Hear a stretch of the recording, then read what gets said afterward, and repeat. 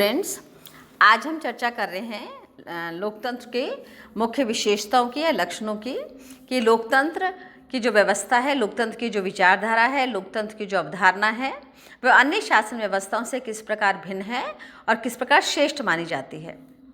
आप सब इस तथ्य से तो परिचित ही हैं कि लोकतंत्र व शासन व्यवस्था है जो स्वतंत्रता, समानता और भ्रातृत्व के मूल सिद्धांतों पर विश्वास करती है और 21वीं सदी के इस युग में लोकतांत्रिक व्यवस्था ही ऐसे विकल्प के रूप में विद्यमान है जिसमें जनता का या लोगों का सर्वाधीन विकास हो सकता है। मैं इसको दो तरीके से स्पष्ट करना चाहूँगी कि बेसिक फीचर्स क्या हैं डेमोक्रेसी के। एक तो वो थियोरेटिकल और फिलोसफिकल वैल्यूज़ या बिलीफ्स जिसमें लोकतंत्र विश्वास करता है, और दूसरा एस्पेक्ट वो जिसे हम बोलते हैं इंस्टीट्यूशनलाइज्ड फीचर्स कौन से हैं या ऐसे कौन सी व्यवस्थाएं हैं जो हमें व्यवहारिक रूप में ये बताती हैं कि लोकतंत्र है। तो सबसे पहले हम चलते हैं बेसिक फीचर पे जो इसके थियोरेटिकल या फिलोसफिकल फीचर्स माने जाते हैं। सबसे पहले है बिलीफ इन ह्यूमन रीज़न या मानवीय विवेक में विश्वास करना। देखिए, दो चीज़ें होती हैं, एक तो होता है विवेक और एक होती है आस्था। जब हम किसी भी चीज़ में आस्था रखते हैं तो उसमें तर्क का जो स्थान होता है, आलोचना का स्थान होता है, विवेचन का स्थान होता है, वो तुलनात्मक रूप से कम होता है।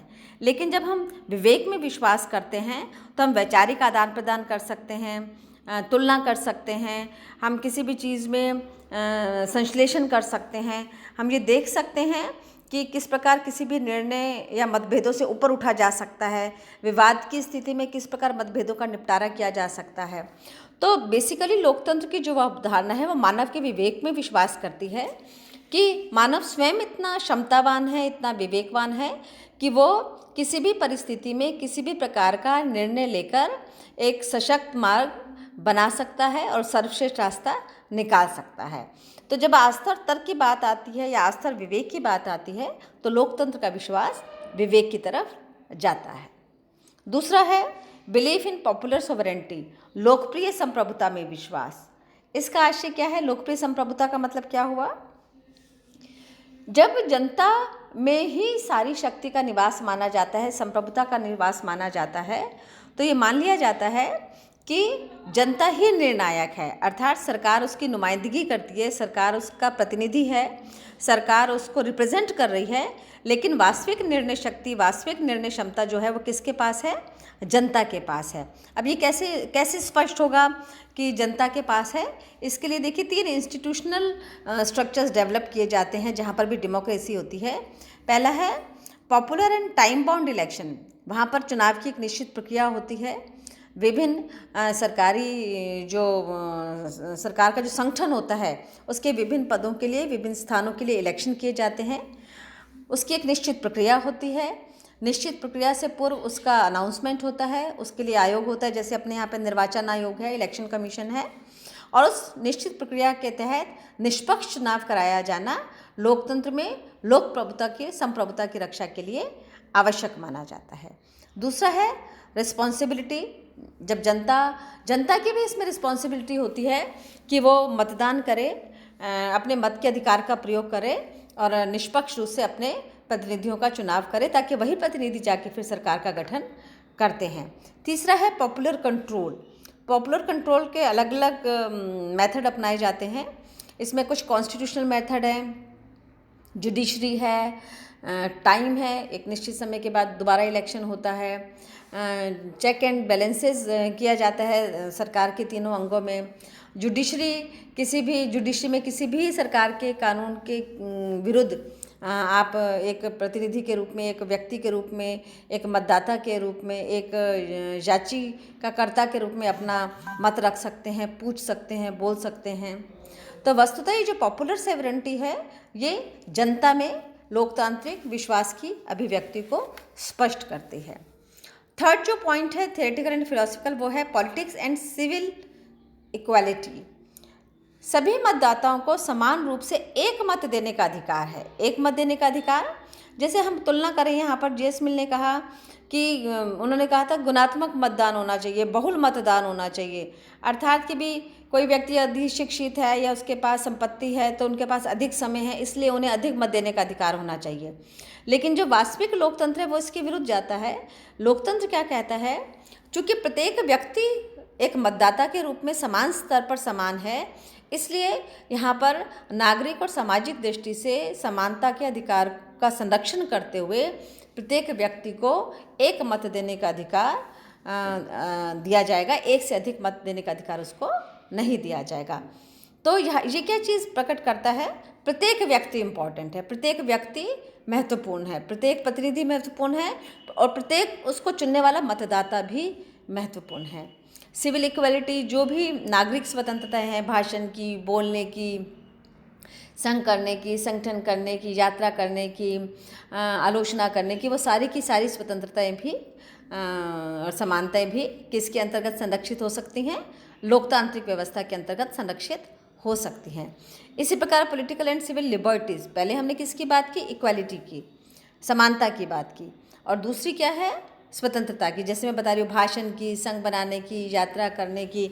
तो वैचारिक अभिव्यक्ति की जो स्वतंत्रता होती है वो भी लोकतांत्रिक व्यवस्था के मूल आधार को स्पष्ट करती है।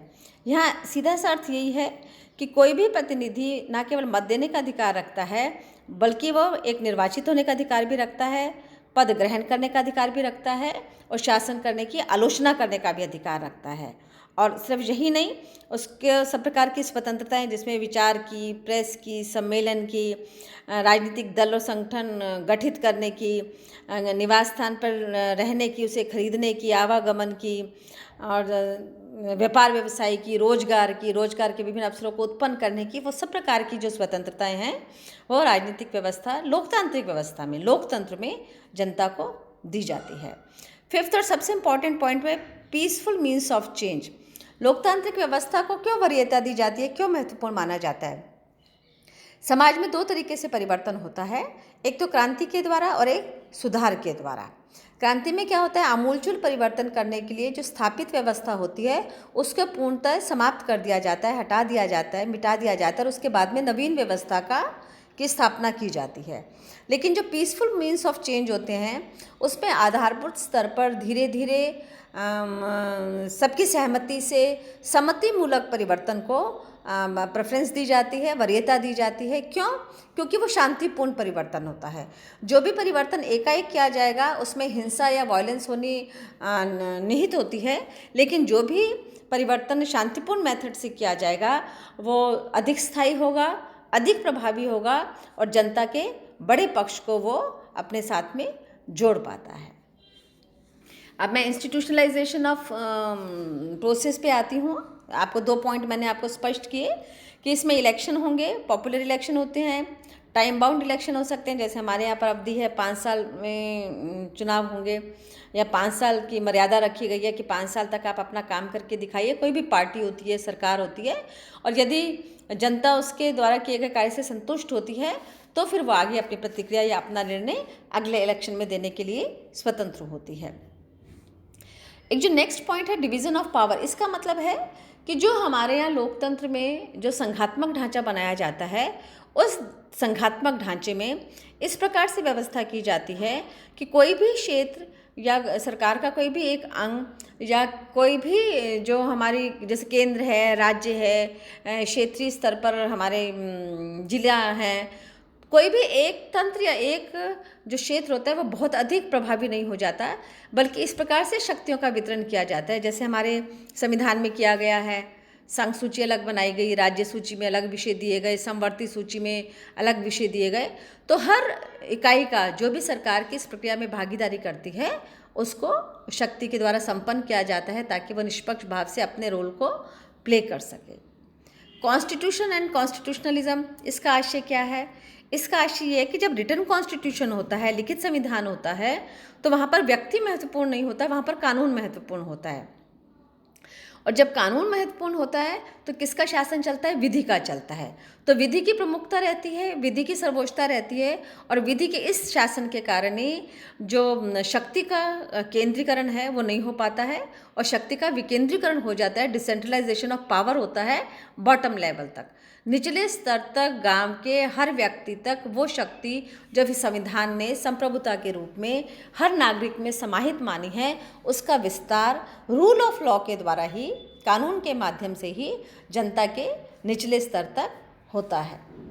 यद्यपि चुनाव की प्रक्रिया और वैधानिक दृष्टि से देखें तो लोकतंत्र को बहुसंख्यकों का शासन माना जाता है, अर्थात जिसके पास बहुमत है, बहुमत का शासन माना जाता है, अर्थात जिसके पास बहुमत है उसकी सरकार बनती है।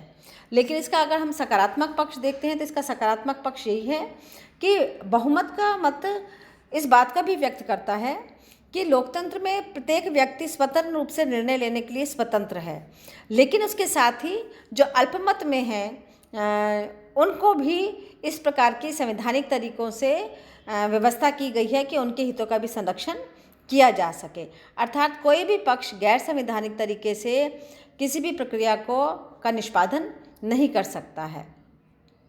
यद्यपि ये हमेशा से विवाद का विषय रहता है कि बहुमत और अल्पमत बहुमत के आधार पर क्यों, लेकिन लोकतांत्रिक व्यवस्था में चूंकि सबकी भागीदारी आवश्यक है, इसलिए चुनाव की प्रक्रिया के द्वारा बहुमत के शासन को शासन व्यवस्था के एक आधार के रूप में स्वीकार किया जाता है।